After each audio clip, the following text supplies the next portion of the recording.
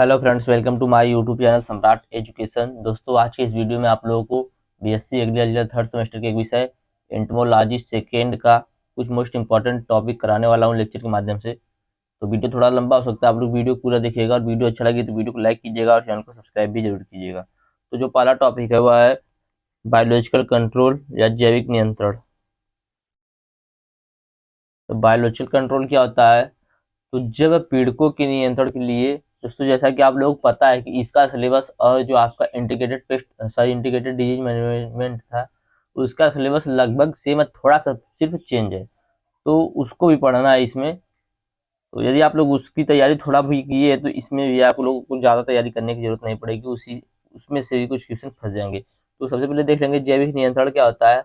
तो जब पीड़कों के नियंत्रण के लिए उनके प्राकृतिक शत्रुओं का सहारा लिया जाता है तो उसे जैविक नियंत्रण कहते हैं। इसके जब पीड़कों के नियंत्रण के लिए या कीटों के नियंत्रण के लिए प्राकृतिक शत्रु का सहारा लिया जाता है तो उसे क्या कहते हैं? जैविक नियंत्रण कहते हैं। जैविक नियंत्रण प्रकृति में अपने आप होता है, जिसे प्राकृतिक नियंत्रण कहा जाता है। परंतु जब इन्हीं उपायों को मनुष्य द्वारा पीड़क नियंत्रण के लिए उपयोग किया जाता है तो उसे जैविक नियंत्रण कहते हैं। तो यह था दोस्तों जैविक नियंत्रण। अब एक क्वेश्चन एग्जाम पूछता है कि जैविक नियंत्रण क्या है, जैविक नियंत्रण की समस्या लिखिए। तो जैविक नियंत्रण क्या था दोस्तों? मैंने आप लोग एग्जाम्पल दिया था, बार बार देता हूँ कि आपके घर में ज्यादा चूहा हो गया तो आप बिल्ली को पालिए। बिल्ली जो है चूहे को खाकर खत्म कर देगी, जिससे आप बायोलॉजिकल कंट्रोल कर सकते हैं। तो इसका क्या समस्या है जैविक नियंत्रण की, उसको देखते हैं। तो सबसे पहली समस्या यही है कि दोस्तों, जैविक नियंत्रण में प्रयोग किए जाने वाले जो कारक होते हैं, जो कारक उसमें प्रयोग किए जाते हैं या कीट कुछ भी, तो दोस्तों वो सिर्फ एक विशेष प्रकार के कीटों को ही मारते हैं। जब जैसे मैं बिल्ली को अपने घर में पालूंगा तो वो सिर्फ चूहे को मारेगी, अन्य चीजों को नहीं। जैसे मान लिया छिपकली घर में तो उसको तो नहीं मारेगी, तो सिर्फ चूहों को मारेगी। तो सबसे बड़ा समस्या यही है। अगला पॉइंट है कि इनका प्रभाव धीरे धीरे होता है, जिससे सफलता के लिए समय लंबे समय तक राह देखनी पड़ती है। इसके साथ ही इनकी संख्या अधिक होनी चाहिए। अब मान लीजिए दोस्तों, आपके घर में बहुत सारे चूहे, आप एक बिल्ली को लाकर पालेंगे तो उसको खाने में बहुत समय लगेगा, इसलिए कई बिल्ली को लाना पड़ेगा और उसको भी खाने में टाइम लगेगा। क्योंकि दोस्तों ये चूहे हुए हैं वो कहीं भी भाग जाएंगे। इस तरह से कीट भी होते हैं जो कहीं पर भाग जाएंगे, कहीं पे छुप जाएंगे, तो उन्हें खोजने में टाइम लगता है। तो यही बोला जा रहा है कि इनका प्रभाव धीरे धीरे होता है, जिससे सफलता के लिए लंबे समय तक राह देखनी पड़ती है। अगला पॉइंट है, क्योंकि इसमें जीवित जीवों का प्रयोग किया जाता है, अतः प्रयोगकर्ता का शिक्षित होना आवश्यक है। क्योंकि दोस्तों इसमें जीवित जीवों का प्रयोग किया जाता है, इसलिए जो प्रयोग करने वाला है उसका शिक्षित होना आवश्यक है। ये नहीं कि दोस्तों अब कोई भी गया और छोड़ दिया कीटों के ऊपर, ऐसा ना कि वो जो आपके लाभदायक कीट है उनको भी खा जाए। तो इसके लिए पढ़ा होना चाहिए। अगला पॉइंट है, प्रयोग होने वाले कारकों को अधिक संख्या में पैदा करने के लिए धन तथा समय बर्बाद करना पड़ता है। दोस्तों जो प्रयोग करने वाले कारक होते हैं, कीट होते हैं, उनको पैदा करने के लिए बहुत ज्यादा समय लगता है और बहुत ज्यादा पैसा भी लगता है उनके देखभाल में। अगला है, कभी कभी इन कारकों के भी परजीवी व शिकारी कीट होते हैं, जिसकी वजह से पूर्ण सफलता नहीं मिल पाती।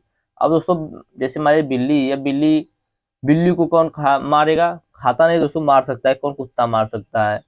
तो इसलिए दोस्तों क्या बोला जा रहा है कि कभी कभी इन कारकों के भी परजीवी शिकारी कीट होते हैं। मान लीजिए दोस्तों कोई कीट है, मान लीजिए आपका मेढक है, मेढक किसको खा रहा है? ग्रास होपर को। तो ग्रास होपर को भी सॉरी मेढक को कौन खा जा रहा है? मेढक को खा जा रहा है सांप। तो दोस्तों इस प्रकार से उनमें भी होता है। तो जो टिड्डा है, टिड्डे ने खाया किसी को, टिड्डे को खाया किसी ने मेढक, मेढक को कौन खा गया? सांप। इस प्रकार से दोस्तों कभी कभी क्या बोला जाता है कि कुछ परजीवी की शिकारी कीट भी होते हैं, जिसकी वजह से पूर्ण सफलता नहीं मिल पाती। अगला पॉइंट है, कुछ कारकों के लिए विशेष प्रकार के अनुकूल मौसम का होना आवश्यक होता है तथा उस समय तक प्रतीक्षा करनी होती है। तो कुछ कारक ऐसे हैं दोस्तों जिनके, कोई बरसात के मौसम का कीट है तो वो बरसात में अपना कार्य करेगा, कोई गर्मी के मौसम का कीट है तो गर्मी में ही अपना नियंत्रण कर सकता है। अगला पॉइंट है, बाहर से लाए गए कीट प्रायः उचित जलवायु न पाने के कारण नई परिस्थितियों में पनप नहीं पाते, अतः उन्हें स्थापित होने की क्षमता का अध्ययन करने के लिए अतिरिक्त समय की आवश्यकता पड़ती है। दोस्तों मान लीजिए हम दूसरे देश से यहाँ पर कोई कीट लाएंगे तो यहाँ की जलवायु में दोस्तों उसको रुकने में लिए, ठहरने के लिए, यहाँ की जलवायु के अनुकूल रहने के लिए उसे कुछ टाइम लगेगा। तो यही बोला जा रहा है। तो ये दोस्तों कुल 4-5 हानियां थी किसकी, सॉरी समस्या थी किसकी? वैल्यूएशन कंट्रोल की। पहला समस्या था कि जैविक नियंत्रण प्रयोग होने वाले जो कारक होते हैं वह मुख्यतः एक प्रकार के विशेष कीटों को ही मारते हैं। अगला पॉइंट था कि इसका प्रभाव धीरे धीरे होता है, जिसकी सफलता पाने के लिए बहुत टाइम लगता है। अगला पॉइंट है कि क्योंकि इसमें जीवित जीवों का प्रयोग किया था, इसलिए प्रयोगकर्ता का शिक्षित होना आवश्यक है। अगला पॉइंट है, प्रयोग होने वाले कारकों को अधिक संख्या में पैदा करने के लिए धन और समय बर्बाद करना पड़ता है। अगला पॉइंट है, कभी कभी परजीवियों की वह शिकारी कीट होते हैं जिसकी वजह से पूर्ण सफलता भी नहीं मिल पाती। अगला पॉइंट है, कुछ कारकों के लिए विशेष प्रकार के अनुकूल मौसम का आवश्यक होता है। तो यह था दोस्तों जैविक नियंत्रण से समस्या। अब जैविक नियंत्रण से लाभ देख लेते हैं। तो जो प्रयोग किए जाने वाले कारक होते हैं वो विषैले नहीं होते हैं, न कोई हानिकारक अवशिष्ट छोड़ते हैं। अब दोस्तों हम रसायन का प्रयोग करेंगे तो रसायन जो होता है वह उड़ता है, उससे हम लोगों को हानि होती है। लेकिन अब कीटों का प्रयोग करेंगे तो वह विष मुक्त हो, उसके अंदर कोई विष नहीं पाया जा रहा है, वह हानिकारक नहीं है। तो पहला पॉइंट यही है। अगला पॉइंट है कि जैविक नियंत्रण का प्रभाव अस्थायी होता है, अर्थात एक बार प्रयोग करने के पश्चात प्रकृति में इनकी क्रिया जो होती है अपने आप चलती है। एक बार आपने कंट्रोल मेथड का यूज कर दिया तो यदि उनको खाने वाला कीट नहीं है तो वह जो प्रक्रिया होती है वह प्रकृति में लगातार चलती रहती है, ये कहने का मतलब है। अगला पॉइंट, रासायनिक नियंत्रण की इस तरह लाभदायक कीटों को कोई क्षति नहीं पहुंचा सकता। रसायन के जब हम लोग प्रयोग करते हैं तो लाभदायक कीट जो होते हैं वह भी उसमें मर जाते हैं। इसलिए दोस्तों बायोलॉजिकल कंट्रोल से जब कंट्रोल करेंगे तो लाभदायक कीटों को कोई हानि नहीं होगी। अगला पॉइंट है कि कुछ कारकों को आसानी से और कम खर्चे में पैदा करके भी प्रयोग किया जा सकता है। कुछ कारक ऐसे होते हैं जिनको आसानी से और कम खर्चे में भी पैदा करके प्रयोग किया जा सकता है। अगला पॉइंट है, कुछ विषयों की बात ही कीट और रोधी होने का डर नहीं होता है। अगला पॉइंट है, कुछ कारकों को कीट विषयों के साथ भी प्रयोग किया जाता है जिसकी वजह से यदि कीट विषयों के प्रभाव से बच जाते हैं तो प्राकृतिक शत्रु द्वारा नष्ट कर दिए जाते हैं। तो यह था इसका लाभ और हानि। आगे चलते हैं, देखेंगे LD15 क्या होता है। LD15 इसका पूरा नाम होता है लीथल डोज 15। तो किसी कीटनाशी की घातक मात्रा या LD15 वह मात्रा होती है जो किसी परीक्षण किए गए स्तनधारी में 50% संख्या को एक बार में मार देता है। LD15 क्या होता है? LD15 किसी कीटनाशी का वह घातक मात्रा होता है जो किसी परीक्षण किए गए स्तनधारी में 50% संख्या को एक बार में मार देता है। ये दोस्तों जानवरों या मनुष्यों को मारने की सबसे कम खुराक होती है। LD15 एक खासियत है दोस्तों, आप इसको जितना सस्ता लेंगे वो उतनी अधिक विषैली होगी, आप इसको जितना महंगा लेंगे उतनी कम विषैली होती है। तो यह था दोस्तों LD15 जो स्तनधारी होते हैं उनको अगर परीक्षण किया जाता है तो 50% संख्या को एक बार में ही मार देता है। तो LD15 आप समझ गए होंगे। आगे देखेंगे इकोलॉजी। इकोलॉजी क्या होता है? तो जीव विज्ञान की वह शाखा जिसमें जीव समुदाय का उसके वातावरण के साथ पारस्परिक संबंधों का अध्ययन करते हैं उसे इकोलॉजी कहते हैं। तो इकोलॉजी समझ गए होंगे दोस्तों। इसमें IPM भी देगा, आप लोग सिलेबस में देखे होंगे तो सिलेबस में शायद IPM है, तो IPM पढ़ लेते हैं। IPM पूछ सकता है। तो IPM क्या दोस्तों? जिसे कहते हैं एकीकृत नाशीजीव प्रबंधन या इंटीग्रेटेड पेस्ट मैनेजमेंट। तो यह क्या है? एकीकृत नाशीजीव प्रबंधन एक ऐसी व्यवस्था है जिसमें फसलों को हानिकारक कीड़ों तथा बीमारियों से बचाने के लिए किसानों को एक से अधिक तरीकों को जैसे व्यवहारिक, यांत्रिक, जैविक तथा रासायनिक नियंत्रण इस तरह से प्रयोग क्रमानुसार प्रयोग में लाना चाहिए ताकि फसलों को कम से कम हानि पहुंचे और फसलों को हानि पहुंचाने वाले कीटों की संख्या आर्थिक क्षति स्तर से नीचे रहे। और रासायनिक दवाइयों का उपयोग तभी किया जाए जब अन्य अपनाए गए तरीके सफल न हो। तो एकीकृत नाशीजीव प्रबंधन समझ गए होंगे कि एकीकृत नाशीजीव प्रबंधन जो होती है वह एक ऐसी व्यवस्था होती है जिसमें कीटों तथा बीमारियों से बचाने के लिए जो किसान होते हैं, किसान को एक से अधिक तरीकों को जैसे व्यवहारिक और यांत्रिक, जैविक, रासायनिक इस तरह के नियंत्रण को क्रमानुसार प्रयोग में लाना चाहिए जिससे फसलों को हानि पहुंचाने वाले कीटों की संख्या आर्थिक क्षति स्तर से नीचे रहे और रासायनिक दवाइयों का उपयोग तभी किया जाए जब अन्य अपनाए गए तरीके सफल न हो। आगे चलते हैं, थोड़ा सा देखें DDT के बारे में। DDT, तो DDT के बारे में देख लेते हैं। DDT इसका फुल फॉर्म आप लोग कमेंट बॉक्स में बताएंगे। तो DDT की खोज सन 1939 में किसने की थी? पॉल ने। DDT की खोज सन 1939 में पॉल हरमन मूलर ने की थी। पॉल हरमन मूलर, इन्होंने DDT की खोज की थी 1939 में। वास्तव में इन्होंने DDT के कीटनाशी के रूप में प्रयोग की, अर्थात उन्होंने खोज की थी कि DDT का प्रयोग कीटनाशी के रूप में किया जा सकता है। किसने दोस्तों? पॉल हरमन मूलर ने। आगे चलते हैं दोस्तों, आप लोगों को कीटनाशी का प्रयोग करते समय क्या क्या सावधानियां रखनी चाहिए। कीटनाशी का दोस्तों जो यंत्र होता है, उपकरण होता है, उसको कैसे हमें सुरक्षित रखना चाहिए, उसको प्रयोग के बाद कैसे रखना चाहिए, ये सब पढ़ लीजिएगा। ये सब मैं नहीं बताऊंगा क्योंकि बहुत बड़ा और टाइम बहुत ज़्यादा हो जाएगा, तो आप लोग आ जाइए एग्जाम में। तो कीट क्या होता है? तो कीट जो होता है वह आर्थ्रोपोडा संक या आर्थ्रोपोडा समुदाय का एक जीव होता है जिसका शरीर व टांगे कई भागों में विभाजित रहती हैं। प्राणी विकास के क्रम में आर्थ्रोपोडा का स्थान एनिलिडा के बाद आता है और यही ऐसे प्राणी थे जिसका शरीर शीर्षवक्ष एवं उदर में विभाजित होता है। तो कीट जो होते हैं दोस्तों उनका शरीर 3 भागों में विभाजित होता है, शीर्षवक्ष और उदर। कीटों का महत्व दोस्तों, कीटों का एक दोस्तों प्रत्यक्ष लाभ है, एक अप्रत्यक्ष लाभ है। प्रत्यक्ष लाभ क्या है? कीटों से दोस्तों प्रत्यक्ष लाभ ये है कि कीट जो होते हैं मधुमक्खी हो गया, रेशम कीट हो गया और लक्ष्य कीट जो हो गया, इससे हमें मोम प्राप्त होता है। मधुमक्खी दोस्तों क्या करता है? परागण का कार्य, सॉरी, मधुमक्खी से हमें शहद प्राप्त होता है, रेशम कीट से हमें रेशम प्राप्त होता है और मोम प्राप्त होता है। तो ये सभी मनुष्य के लिए अत्यंत उपयोगी होते हैं। तो दोस्तों ये लाभदायक सॉरी कीटों द्वारा प्रत्यक्ष लाभ था। अप्रत्यक्ष लाभ क्या है कि दोस्तों जो कीट होते हैं वह परागण करते हैं। लगभग 65% फ्लावरिंग प्लांट में परागण जंतुओं द्वारा ही होता है। ये जंतु कीट, चिड़िया, घोंगे और चमगादड़ आदि होते हैं, परंतु इनमें कीटों की भूमिका प्रमुख होती है। फूल की विभिन्न उत्तेजना के द्वारा कीट आकर्षित किए जाते हैं। दल रंग या वे जो अल्ट्रावायलेट लाइट को अधिक मात्रा में शोषण करती है या परावर्तित करती है, वह कीटों के लिए आकर्षक होती है। नेचर गाइड फूलों के मध्य पेमिटेशन व्यवस्था भी कीटों के आकर्षण की अहम भूमिका होती है। तो दोस्तों ये कीटों द्वारा अप्रत्यक्ष लाभ था। प्रत्यक्ष लाभ और अप्रत्यक्ष लाभ आप लोग समझ गए होंगे। अब कीटों द्वारा थोड़ा सा हानि भी देख लेते हैं। तो कीटों द्वारा कुछ हानियां भी, जैसे दोस्तों पहला हानि है रूट में। तो रूट में कैसे हानि पहुंचाता है दोस्तों कीट? तो पौधे की जड़ में वही कीट हानि पहुंचाते हैं जो जमीन के अंदर रहते हैं। इनके अतिरिक्त दीमक, बीटल्स और उनके लार्वा, चींटियां एवं सुंडियां आदि आती हैं। ये तो कभी कभी पौधे की समस्त जड़ों को काट डालती हैं। देखते हैं आप लोग पेड़ ऊपर से सूख जाता है, नीचे से मतलब उसका जड़ काट देती हैं। तो जिससे पौधे पूर्ण रूप से सूख जाते हैं, परंतु यदि जड़ का कुछ ही भाग कट गया तो इसका प्रभाव कृषि उपज पर अत्यधिक पड़ता है, क्योंकि पौधे पूर्ण रूप से अपना भोजन प्राप्त नहीं कर पाते, जिससे वे कमजोर पड़ के छोटे हो जाते हैं। अगला दोस्तों तना, स्टेम। स्टेम में कैसे नुकसान पहुंचता है? तो पौधे के कोमल तने कई प्रकार के कीटों द्वारा नष्ट कर दिए जाते हैं, जैसे सुंडी, दीमक, झिंगुर, टिड्डा, मक्खी आदि। इनके द्वारा क्या किया जाता है? जो पौधे का तना होता है, कोमल तना, उनको क्या किया जाता है? नष्ट कर दिया जाता है। अगला है पत्ती।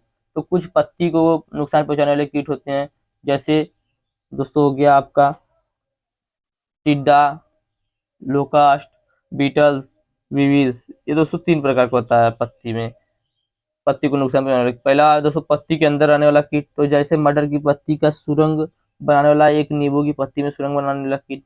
अगला है पत्तियों को रस चूसने वाला कीट, तो जैसे कपास और पत्ती लपेट कर, ज्वार और पत्ती का लपेट कर आदि दोस्तों क्या करता है? रस चूसता है। तो दोस्तों आगे देखेंगे फल फूल में कैसे अब कीट हानि पहुंचाते हैं। तो कुछ कीट फूलों तथा फलों को हानि पहुंचाते हैं। इनमें से कुछ तो काट कर नष्ट करते हैं, जबकि दूसरे इन्हें काट कर कमजोर बना देते हैं, जो कि जरा सा झटका लगने पर झड़ जाते हैं, जिसके फलस्वरूप पैदावार में भारी कमी आ जाती है। जैसे दोस्तों कद्दू का लाल कीड़ा, फल मक्खी, आम की लस्सी, फल भेदक। दोस्तों ये सब क्या करते हैं? फूल फल को काट के गिरा देते हैं या कमजोर कर देते हैं। अगला है बीज। तो बीज को कैसे नुकसान पहुंचाते हैं? तो जिस समय बीज या अनाज को संग्रहित कर गोदामों के अंदर रखते हैं, तो उन्हें प्रारंभ से देखभाल न होने के कारण कीटों का प्रकोप आरंभ हो जाता है, जो कि पूरे वर्ष भर चलता है। जिससे दोस्तों चना, गेहूं आदि की सुरसुरी, दालों का घून, आटे का घून तथा पतंगा। आप लोग देखेंगे गेहूं डाला रहेगा आपके ड्रम में, तो वहां नीचे देखेंगे तो थोड़ा थोड़ा आटे टाइप का वहां पे गिरा रहता है। दोस्तों सब घून जो होते हैं वो सब पूरा खा जाते हैं। तो ऐसा दोस्तों। अगला लकड़ी तथा छाल। तो लकड़ी और छाल में दोस्तों कैसे नुकसान पहुंचाते हैं दोस्तों? तो कुछ कीटों के बीटल्स तथा वीविल्स पौधे की छाल तथा लकड़ी को खाती हैं, जिससे इमारती लकड़ी नष्ट हो जाती है तथा छाल खा लेने से पौधे का भाग नंगा हो जाता है, जिस पर अन्य प्रकार के कीटों तथा सूक्ष्म जीवों का प्रकोप होने का खतरा बढ़ जाता है, जैसे दीमक, छाल खाने वाले कीट आदि। तो ये था दोस्तों कीटों द्वारा प्रत्यक्ष हानियां। अब देखेंगे पौधों को अप्रत्यक्ष हानियां। तो कीट स्वयं तो हानि पहुंचाते ही हैं, इसके साथ दूसरे सूक्ष्म जीव को भी हानि पहुंचाते हैं। तो जिसके लिए दोस्तों क्या करते हैं? अनुकूल वातावरण तैयार करते हैं, जैसे एफिड्स तथा हापर्स पत्तियों का रस चूसते हैं, स्वयं मधुस्राव करते हैं, जिसके ऊपर अनेक प्रकार के कवकों का प्रकोप हो जाता है। इन कीटों की उपस्थिति में एक कवक प्रकोप करने में असमर्थ होते हैं, परंतु दोस्तों मनुष्य के अंदर होने वाली कई प्रकार की बीमारियां जैसे मलेरिया, टाइफाइड, हैजा, पेचिस आदि कीटों द्वारा ही फैलती है। इस प्रकार बैल, गाय, घोड़ा, बकरी, भेड़, मुर्गी आदि में भी कई प्रकार के रोग कीटों द्वारा ही फैलता है। तो ये था दोस्तों कीटों द्वारा अप्रत्यक्ष लाभ और प्रत्यक्ष लाभ। आगे चलते हैं। तो आप लोग जितना कंट्रोल का मेथड मैंने बताया था आइडिया में उसको पढ़ लीजिएगा। तो दोस्तों cultural control, biological control, chemical control, तो फिजिकल कंट्रोल, तो दोस्तों इन सभी को पढ़ लीजिएगा आप लोग। मैं आप लोगों को बता देता हूँ क्या क्या पढ़ना है, क्योंकि आप लोग आ जाइए एग्जाम में और टाइम बहुत कम है।